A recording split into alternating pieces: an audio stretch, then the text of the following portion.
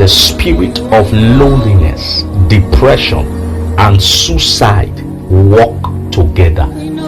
They walk hand in hand. These three dangerous and evil demons, they walk hand in hand. The spirit of loneliness, the spirit of depression, and the spirit of suicide. Do you know that loneliness plus overthinking, when you add overthinking, thinking the wrong thoughts, when you add it to loneliness, it leads to depression.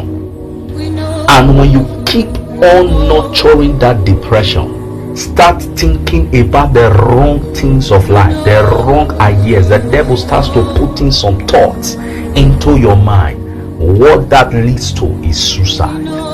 Loneliness leads to depression, and depression leads to suicide. You must stop thinking about all the terrible and bad things happening all around you. That's the way Satan gets people depressed. That is the trick of the devil. That is what he does to get people depressed.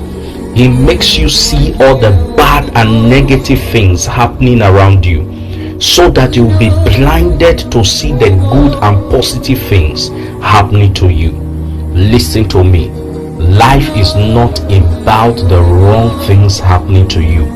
It is about appreciating the little good things that are around you. The devil is a failure. Don't give him any room in your mind. Don't entertain him in your thoughts. Don't allow him to put the wrong and negative thoughts into your mind. The cure for loneliness is by taking your mind off the negative things and surrendering those negative things to God, and trust God to intervene and make things better.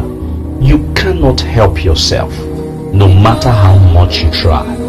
Why not leave it for God?